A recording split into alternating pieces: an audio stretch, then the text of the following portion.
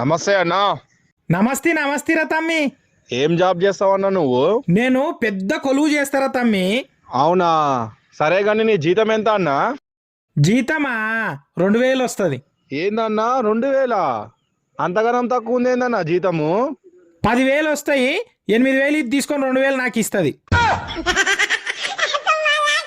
ఇది ఎవరు మాట్లాడేది నాకు అర్థం కాదు. బుజ్జి ఇక్కడదా? చెప్పేంటిది? నాకు విడాకులు కావాలి. ఎందుకు?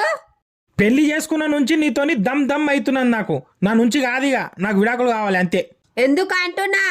చెప్పినా కదా, ఇంట్లో పని చేస్తలేవు నువ్వు. దమ్ దమ్ అవుతున్నాను నాకు. ఈరోజు పొద్దుగానే లాయర్ దగ్గరకు పోయి విడాకుల పేపర్ తీసుకొని వచ్చిన. అయితే పొద్దుగానే లాయర్ దగ్గరకు పోయి